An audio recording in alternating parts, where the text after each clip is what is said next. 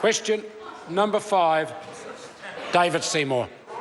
Mr Speaker, my question is to the Minister for Social Housing and reads as follows. In light of the Prime Minister's answers to oral question number 2 on 30 June, does she consider overseas investments in community housing projects to be consistent with the openness of other countries to New Zealanders investing internationally? Mr Speaker. The Honourable Paula Bennett. Mr Speaker, to my knowledge, there is currently no overseas investment in community housing projects. However, we wouldn't rule that out. There are, of course, examples of New Zealand organisations investing overseas very effectively, and I'm sure that is in the best interests of New Zealanders.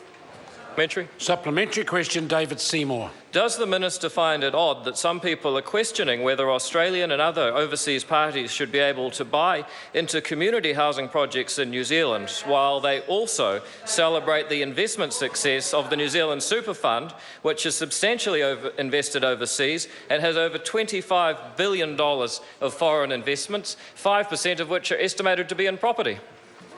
The Honourable Paula Bennett. Well, Mr Speaker, yes. In fact, I find a lot of things that some people say in this place to be odd.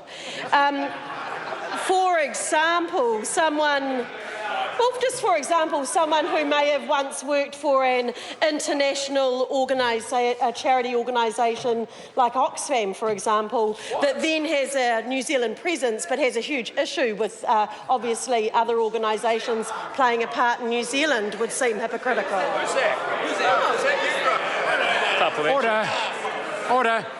David Seymour, supplementary question.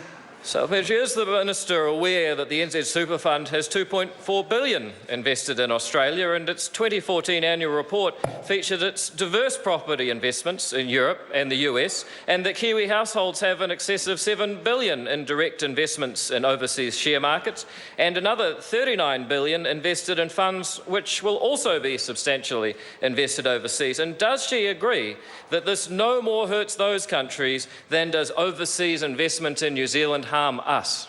Insofar as this Minister responsibility, the Minister for Social Housing, Honourable Paula Bennett. Well, Mr Speaker, I suppose the question was, am I aware? And yes, I am. The figures that I have in front of me say that the overseas investments are worth $25.5 billion, or 86% of the super funds invests in overseas. And of course, the fact that those advantages are being brought back to New Zealand will be in New Zealanders' best interests. Question number 6.